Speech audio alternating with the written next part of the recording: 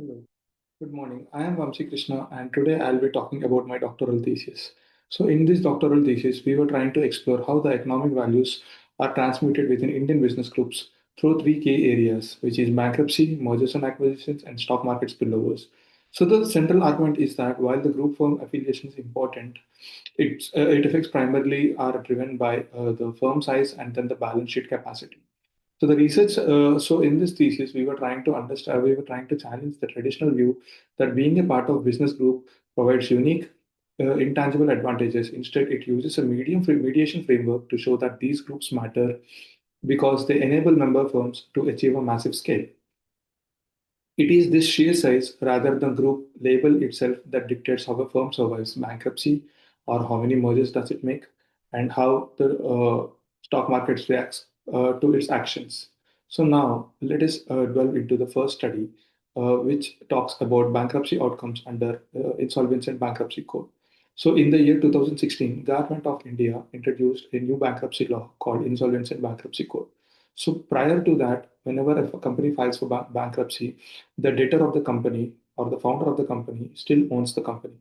But after that a law is passed, when a company files for bankruptcy, the company board ceases to exist, and then the company is then run by interim resolution professional who is appointed by the government of India and the courts.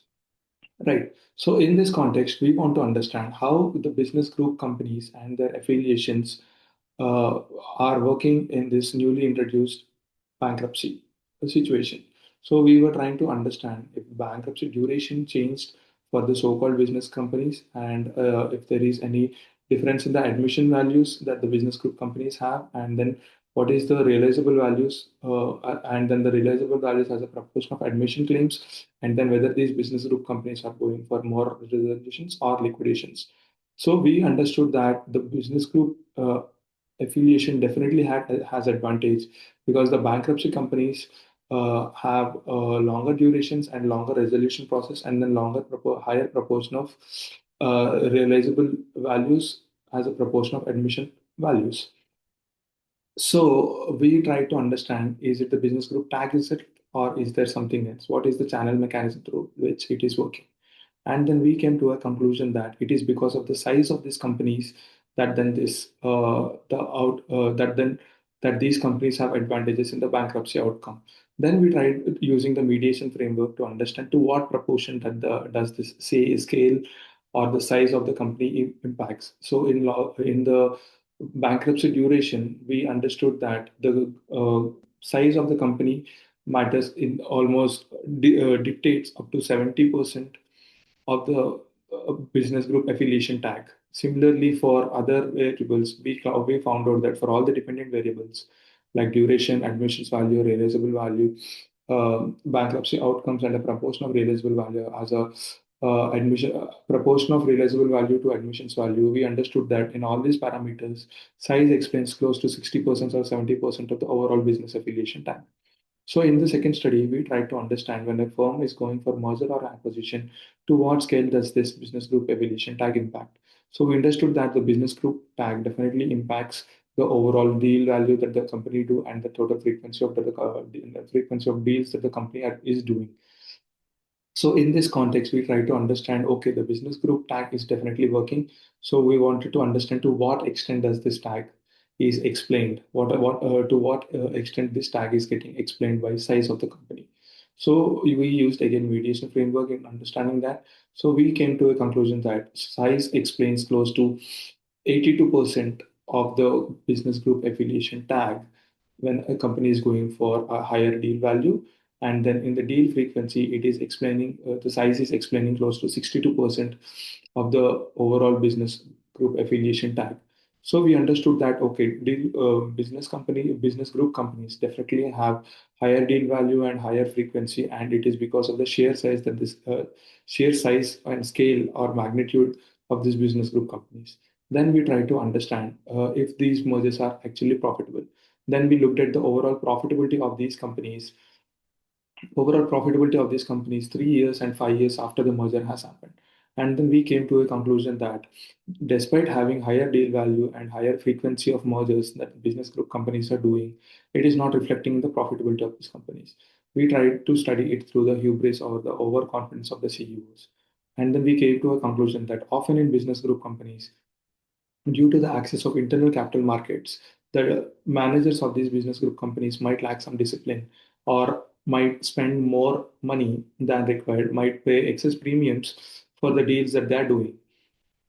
So we concluded that business group affiliations definitely have a major role in doing higher number of deals and the deal values, and the business group tag is getting explained by the sheer size of these companies.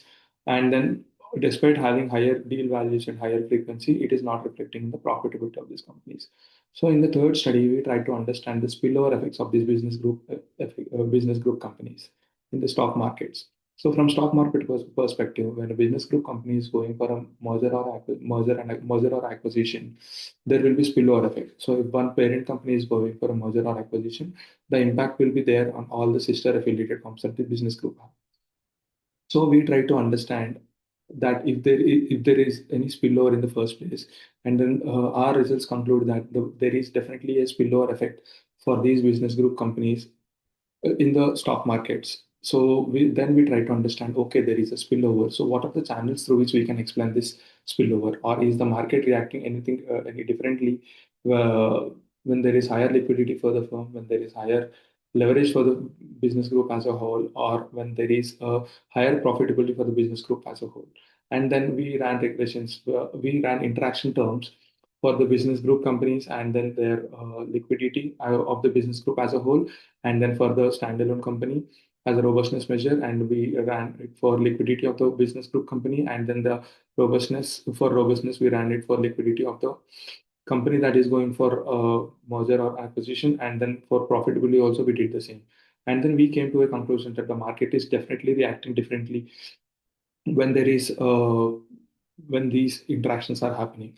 So, for example, when there is higher leverage for the overall business group as a whole, market reacted negatively, which means that the market is not accepting the fact that despite having higher leverage, why did the merger happen in the first place? So the market reacted negatively to it.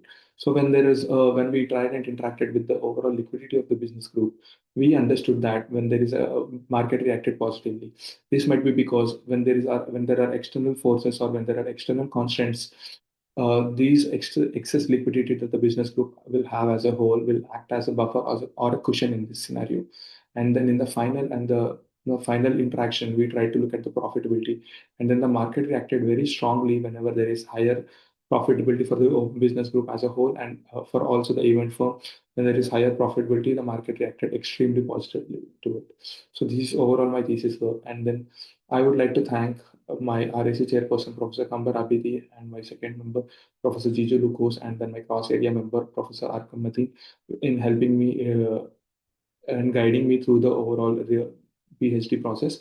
And then I would also like to thank my TEC chairperson for giving his valuable inputs and making my thesis in making my thesis a better version of it. Thank you.